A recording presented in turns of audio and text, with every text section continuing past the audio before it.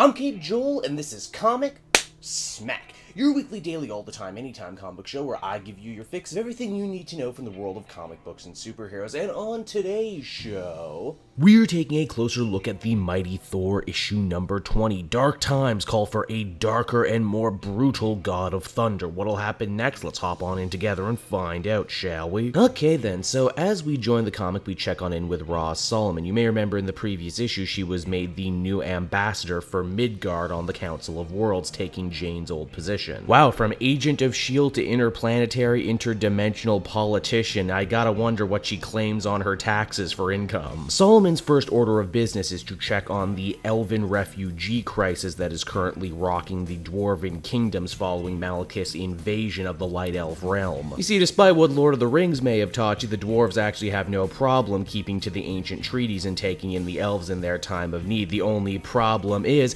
with the elven farm fields destroyed, there's no one to trade food for dwarven ore and materials, which means everyone's running out of food. Volstagg the Voluminous of the Warriors 3 is also there and takes a particular interest in trying to feed some hungry elf children out of his own pocket. And I mean, if this guy's sharing food, you gotta know how desperate the situation is right now. I would say things couldn't get much worse, but then I'm reminded this is comics and things can always get worse, because it's at that very moment the dwarven kingdoms come under attack by the fire giants. It would seem the Queen of Cinders and the forces of Muspelheim have joined up with Malekith and his Dark Council, and as such are sending a bunch of insectoid suicide bombers to attack the refugees. These guys are actually super creepy bugs made of fire, complete with explosive maggots that are inside them. Volstagg ends up getting cornered by one of these nasty bugs while trying to get the children to safety, and then something really dark and messed up happens. You see, the bug knows full well that if it blows itself up, Volstagg will be fine because he's a god.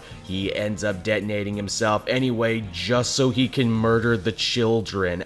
Oh, wow, that is dark. To palate cleanse from this horrifying moment, we switch on over to Jane Foster and Thor. There's a lot unsaid in their relationship right now since Odinson has finally discovered that Jane was the new Thunder Goddess. It would seem Odinson really had his feeling hurts, and he asked Jane if this is some sort of punishment for past dalliances. Jane fires back by saying that she never intended to hurt his feelings. He's always been very important to her. But after they left on such bad terms, it got harder and harder to tell him the truth, especially after he ended up running off to deal with his own problems. Moreover than that, Jane is sure to remind Odinson that she's dying. The cancer will claim her life very soon, and now that she's no longer needed as a representative for Midgard, she's at a very important crossroads in her life. Will she choose to keep the hammer and be Thor 24/7, or will she allow Jane to die of her disease? Either way, her life will be changing very soon, and she'll never be the same again. It's at that moment the hammer shows up, the hammer that Odinson is sure to recognize speaks to her in a way that it never spoke to him, to warn of what's going on in the Dwarven Kingdoms. Now, the rest of the issue deals with the fallout of what Volstagg saw in the Dwarven Kingdoms. He is suffering from serious PTSD. He puts himself into isolation, he stops eating, which is rare for him. He ends up losing a ton of weight, before eventually something very unexpected happens. You see, Volstagg starts hearing voices